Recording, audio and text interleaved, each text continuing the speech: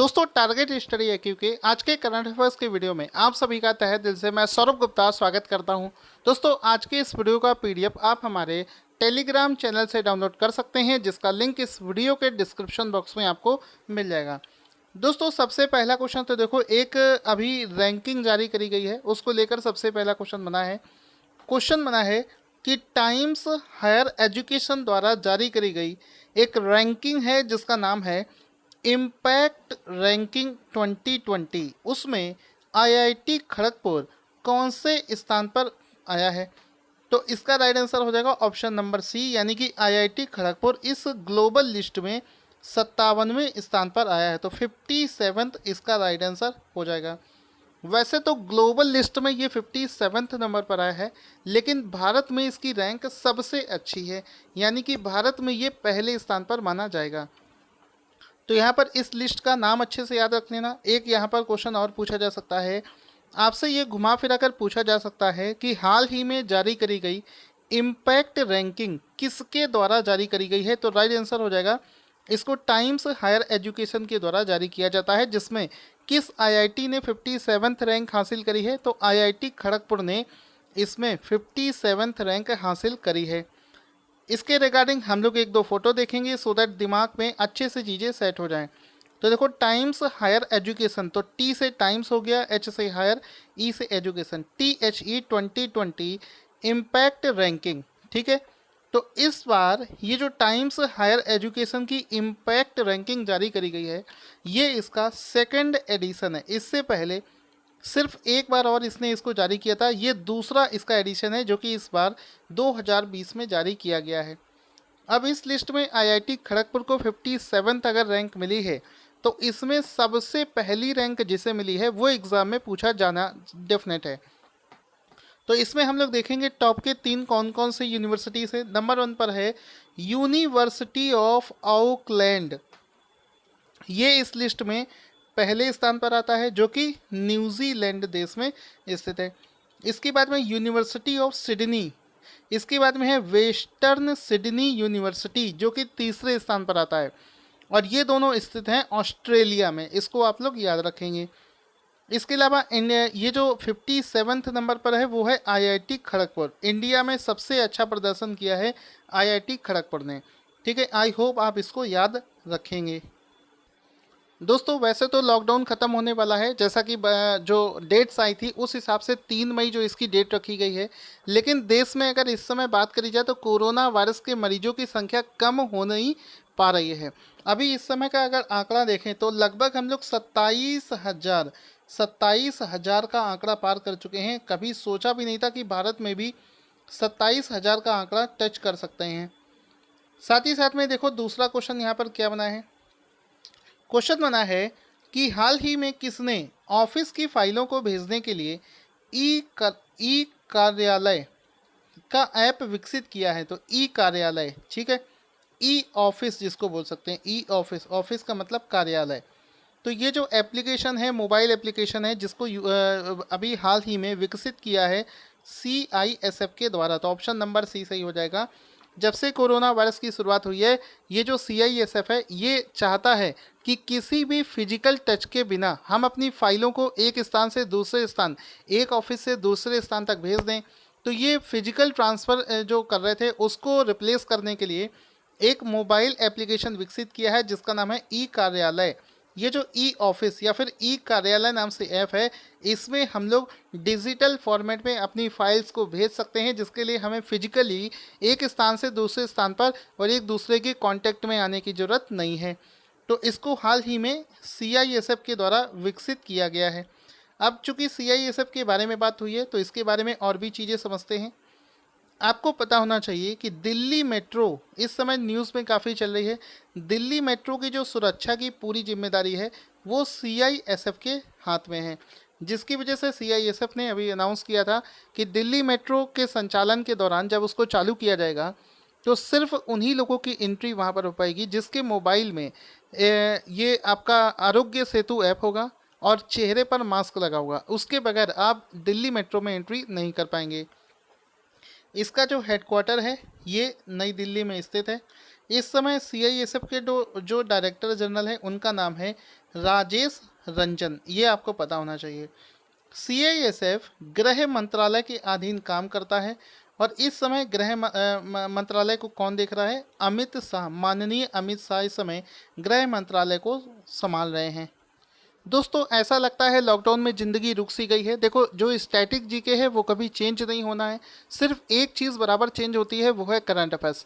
तो कोशिश करो दिसंबर से लेकर मार्च तक का पूरा करंट अफेयर्स आप रिवाइज कर लो। अगर आप इसका पीडीएफ परचेज करना चाहते हैं तो अभी इस पर एक ऑफर चल रहा है। तो जनवरी, फरवरी और मार्च तीनों महीनों का जो करंट अफेयर्स है इसको आप हमारे वेबसाइट से ले सकते हैं, जिसका लिंक इस वीडियो के डिस्क्रिप्शन में आपको दिया है। 100 रुपीज़ का पेमेंट करके आप 3 महीने का करंट अफेयर्स ले सकते हैं। दोस्तों यहाँ पर आपको बता दूँ कि हाल ही में किस देश की महिला क्रिकेटर जिनका नाम है सना मीर ने अंतर्राष्ट्रीय क्रिकेट से संन्यास की घोषणा कर दी है? तो इसका राइट आंसर हो जाएगा ये जो सना मीर है, इस पर बहुत सारे क्वेश्चन सब लोगों ने किए हैं, ये पाकिस्तानी देश को बिलोंग करती हैं। तो ऑप्शन नंबर सी सही हो जाएगा। पाकिस्तान की सना मीर ने अंतर्राष्ट्रीय क्रिकेट से हाल ही में संन्यास की घोषणा कर दी है। ऑप्शन नंबर सी यहाँ पर सही हो जाएगा।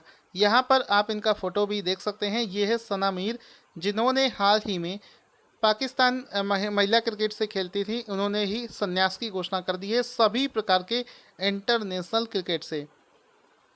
अगला प्रश्न है कि हाल ही में किस राज्य ने महिलाओं के सेल्फ हेल्प ग्रुप को एक बार फिर से 0 ब्याज दर पर लोन प्रदान करने की योजना लॉन्च कर दी है? तो इसका राइट आंसर हो जाएगा आंध्र प्रदेश। हाल ही में आंध्र प्रदेश के मुख्यमंत्री ने अनाउंस किया है कि राज्य में एक योजना पहले से चल रही थी जिसमें कि जो महिलाओं के सेल्फ हेल्प ग्रुप होते हैं उनको बिना किसी ब्याज दर के लोन प्रोवाइड कराया जाएगा। इस योजना को इस महामारी के देखते हुए एक बार फिर से चालू कर दिया गया है। तो आंध्र प्रदेश इसका राइट आंसर हो जाएगा। दोस्तों आप यहाँ पर आंध्र प्रदेश के सीएम का फोटो देख सकते हैं जिसमें लिखा है इंटरेस्ट फ्री लोन, यानी कि ये जो लोन होगा ये ऐसी महिलाओं को प्रोवाइड कराया जाएगा जो कि सेल्फ हेल्प ग्रुप से जुड़ी हुई हैं और इसके लिए उनसे कोई भी ब्याज नहीं लिया जाएगा। अच्छा, यहाँ पर आंध्र प्रदेश के सीएम का फोटो दिख रहा है, आप लोग बता सकते हैं आंध्र प्रदेश के सीएम का क्या नाम है और इसके गवर्नर का क्या नाम है? ये चीज़ आंसर में लिखना ना भूलें। यहाँ पर आप दूसरी फोटो देख सकते हैं जिसके लिए ये राशि जो है ये इस तरीके से योजना की शुरुआत कर दी गई है। अगला क्वेश्चन है, क्वेश्चन यहाँ पर बनेगा कि विश्व प्रतिरक्षण सप्ताह 2020 यानी कि वर्ल्ड इम्यूनाइजेशन वीक कब से कब तक मनाया जाता है? तो इसका राइट आंसर हो जाएगा 24 अप्रैल से 30 अप्रैल तक। अप्रैल का जो लास्ट वीक होता है उसको प्रत्येक वर्ष विश्व प्रतिरक्षण सप्ताह के रूप में सेलिब्रेट किया जाता है। वर्ष 2020 में जो विश्व प्रतिरक्षण सप्ताह है ये 20 अप्रैल से 30 अप्रैल तक मनाया जा रहा है। तो ऑप्शन नंबर ए यहाँ पर सही हो जाएगा। जैसा कि आप इसमें फ़ोटो देख सकते हैं, इसमें लिखा है वर्ल्ड हेल्थ ऑर्गेनाइजेशन, यानी कि इस इवेंट को, इस सप्ताह को वर्ल्ड हेल्थ ऑर्गेनाइजेशन की तरफ से मनाया जा रहा है, जिसमें कि इस बार का इसका जो सब्जेक्ट है, इसका जो थीम है वो है hashtag vaccines work for all. ये इस बार का इसका सब्जेक्ट रखा गया है, इसको याद रखेंगे। इसको सेलिब्रेट किसके द्वारा किया जाता है? इसको मनाया जाता है WHO के द्वारा। साथ ही साथ में आपको पता होना चाहिए कि WHO ने वर्ष 2020 को international year of the nurses and midwife घोषित किया है। तो एक चीज़ तो आपको नाम पता होना चाहिए कि किसने वर्ष 2020 को ये ईयर घोषित किया है। तो WHO ने वर्ष 2020 को क्या घोषित किया है? घोषित किया है international year of the nurses and midwife, ये इसने घोषित किया है। आगे चलते हैं। अगला क्वेश्चन है विश्व बौद्धिक संपदा दिवस यानी कि वर्ल्ड इंटेलेक्चुअल प्रॉपर्टी डे किस दिन मनाया जाता है? इसका राइट आंसर हो जाएगा प्रत्येक वर्ष 26 अप्रैल को। ऑप्शन नंबर डी सही हो जाएगा। प्रत्येक वर्ष 26 अप्रैल को, 26 अप्रैल को world intellectual property day WIP day मनाया जाता है। तो ऑप्शन नंबर डी यहाँ पर बिल्कुल सही हो जाएगा। इसके रिगार्डिंग आप एक फ़ोटो भी देख सकते हैं जिसमें लिखा है वर्ल्ड इंटेलेक्चुअल प्रॉपर्टी डे 2020, जिसको प्रत्येक वर्ष 26 अप्रैल को मनाया जाता है। इस बार यानी कि 2020 में इसका जो सब्जेक्ट है, विषय है, वो है innovate for a green future. इसका फोटो भी आप यहाँ पर देख सकते हैं, इसमें लिखा है innovate for a green future. ये इस बार का इसका सब्जेक्ट है। जो विश्व बौद्धिक संपदा संगठन है, उसका हेडक्वार्टर जेनेवा स्विट्जरलैंड में स्थित है। इस समय विश्व बौद्धिक संपदा के जो सीईओ हैं वो हैं फ्रांसिस गुर्री। ठीक है, ये इसका राइट आंसर हो जाएगा। अगला प्रश्न है कि हाल ही में कम लागत वाला मैकेनिकल वेंटिलेटर जिसका नाम है रूहदार किसके द्वारा विकसित किया गया है। तो ये कम लागत वाला लगभग 10,000 रुपये की कीमत से इसका डेमो जो है वो तैयार किया गया है। मास लेवल पर अगर इसका प्रोडक्शन होगा तो 10,000 रुपये से भी सस्ता पड़ेगा। तो ये जो कम लागत वाला मैकेनिकल वेंटिलेटर है जिसका नाम है रूहदार, इसको आईआईटी बॉम्बे के छात्रों के द्वारा तैयार किया गया है। तो ऑप्शन नंबर ए यहाँ पर बिल्कुल सही हो जाएगा। ठीक है, ये जो रूहदार शब्द है ये उर्दू का शब्द है। तो ये मैकेनिकल वेंटिलेटर जो है आईआईटी बॉम्बे के द्वारा विकसित किया गया है। इसका नाम और इसका फ़ोटो आप दोनों इस पर देख सकते हैं। ये जो मैकेनिकल वेंटिलेटर आपको दिख रहा होगा इसका नाम है रूहदार। ठीक है, अब दोस्तों इसमें एक चीज़ आप लोगों को याद रखना है कि इस मैकेनिकल वेंटिलेटर को आईआईटी मुंबई के साथ साथ एनआईटी श्रीनगर और Islamic university of science and technology ने मिलकर इसको तैयार किया है। आगे चलते हैं अगले क्वेश्चन की तरफ। अगला क्वेश्चन है 24 अप्रैल 2020 को हबल स्पेस टेलीस्कोप ने कितने वर्ष पूरे कर लिए हैं। तो इसका राइट आंसर हो जाएगा ऑप्शन नंबर डी 30, यानी कि हाल ही में 24 अप्रैल 2020 को हबल स्पेस टेलीस्कोप ने 30 वर्ष पूरे कर लिए हैं। 30 ईयर्स इसने पूरे कर लिए हैं। इसका एक फ़ोटो भी हम लोग इस तरीके से देख सकते हैं। ये जो फोटोज़ आपको दिख रही हैं इसको हबल टेलीस्कोप के द्वारा ली गई है।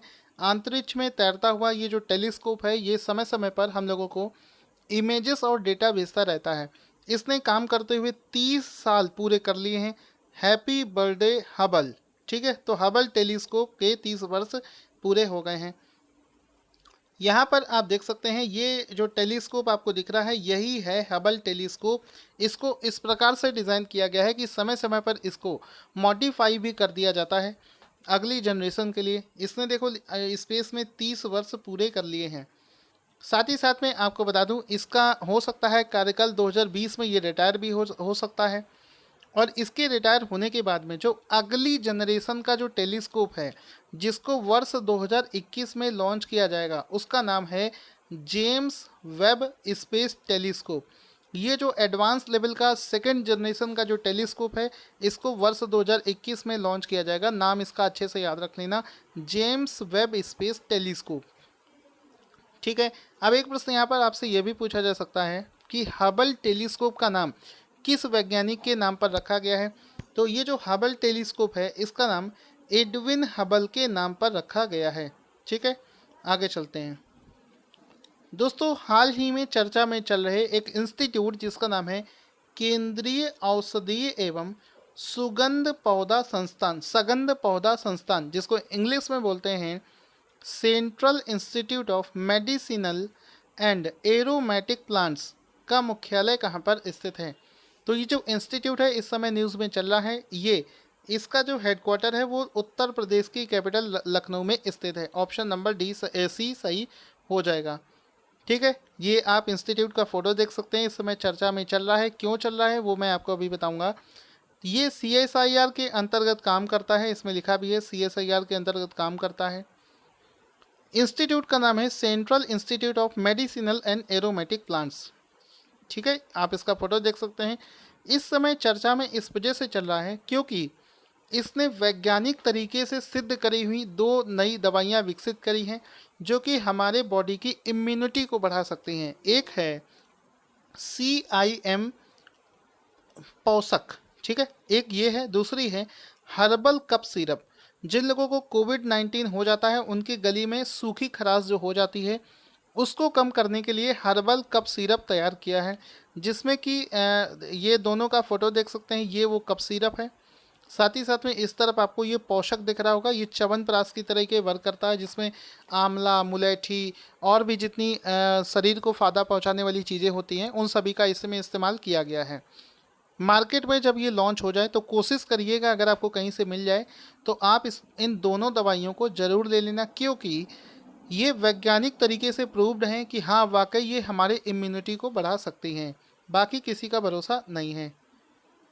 अगला है, हाल ही में किस उद्योग को 6 महीने के लिए जन उपयोगी सेवा घोषित कर दिया गया है? तो अगले 6 वर्ष के लिए 6 महीने के लिए जन उपयोगी सेवा घोषित किया है बैंकिंग उद्योग को। आपको भी पता है सरकार के द्वारा जितनी भी सुविधाएं हैं वो बैंकिंग के माध्यम से ही पहुंचाई जा सकती हैं। गरीबों के अकाउंट्स में डायरेक्टली जो 1,000 और 2,000 रुपये पहुंचाए जा रहे हैं वो भी बैंकिंग सेवाओं के द्वारा ही पहुंचाए जा सकते हैं। इस वजह से अगले 6 महीने के लिए बैंकिंग सेक्टर को जन उपयोगी सेवा घोषित कर दिया गया है। अब इसको जन उपयोगी सेवा घोषित करने से फ़ायदा क्या होगा? फ़ायदा ये होगा कि अगले 6 महीने तक किसी भी बैंक का कर्मचारी हड़ताल नहीं कर पाएगा। ऐसा नहीं हो पाएगा कि मान लो अचानक से पूरा बैंक यूनियन नाराज हो गया और हड़ताल पर चला गया। इस प्रकार का काम अब नहीं हो पाएगा, क्योंकि इसको जन उपयोगी सेवा में घोषित कर दिया गया है। दोस्तों, इस लॉकडाउन का सही से सदुपयोग करें। दिसंबर से लेकर मार्च तक के पूरे पीडीएफ के लिंक्स वीडियो के डिस्क्रिप्शन में दे रखे हैं। जल्दी से परचेज करके कम समय में इसको रिवीजन आप कर सकते हैं। आज के करंट अफेयर्स का रिवीजन हम लोग शुरू करते हैं। तो आज के करंट अफेयर्स का रिवीजन देख लेते हैं। आज का सबसे पहला क्वेश्चन है कि टाइम्स हायर एजुकेशन के द्वारा आईआईटी खड़गपुर को कौन सा स्थान प्राप्त किया गया है? तो 57th सबसे बढ़िया जो परफॉर्मेंस करी है आईआईटी खड़गपुर ने, 57वां स्थान इसमें उसने प्राप्त किया है।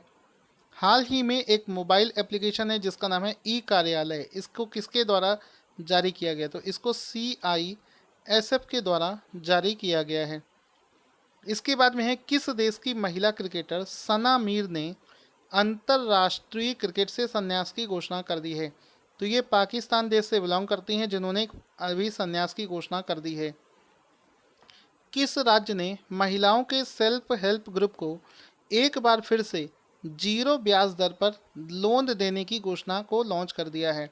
तो इसका राइट आंसर हो जाएगा ऑप्शन आंध्र प्रदेश। उसके बाद में है कि विश्व प्रतिरक्षण सप्ताह कब से कब तक मनाया जाता है? तो 24 अप्रैल से 30 अप्रैल के बीच में इसको मनाया जाता है। फिर है कि वर्ल्ड इंटेलेक्चुअल प्रॉपर्टी डे किस दिन मनाया जाता है? तो इसको 26 अप्रैल को मनाया जाता है। फिर है कि हाल ही में किसने कम लागत वाले मैकेनिकल वेंटिलेटर जिसका नाम है रूहदार विकसित किया है? तो आईआईटी बॉम्बे इसका राइट आंसर हो जाएगा। हाल ही में हबल स्पेस टेलीस्कोप ने कितने वर्ष पूरे कर लिए हैं? तो 30 वर्ष इसने अपने कार्य के पूरे कर लिए हैं। इसके बाद में है कि central institute of medicinal and aromatic plants का मुख्यालय कहाँ पर स्थित है? तो इसका मुख्यालय लखनऊ में स्थित है। उसके बाद में है कि अगले 6 महीनों के लिए जन उपयोगी सेवा किसे घोषित किया गया है? तो बैंक्स को जन उपयोगी सेवा घोषित कर दिया गया है। दोस्तों, आज का क्वेश्चन जिसका आंसर आपको देना है कि हाल ही में दवाइयों को घर तक पहुंचाने के लिए किस राज्य ने धन्वंतरी योजना की शुरुआत करी है? अपना आंसर कमेंट बॉक्स में लिखना ना भूलें। Thank you for watching this video. Once again video को शेयर करना ना भूलें।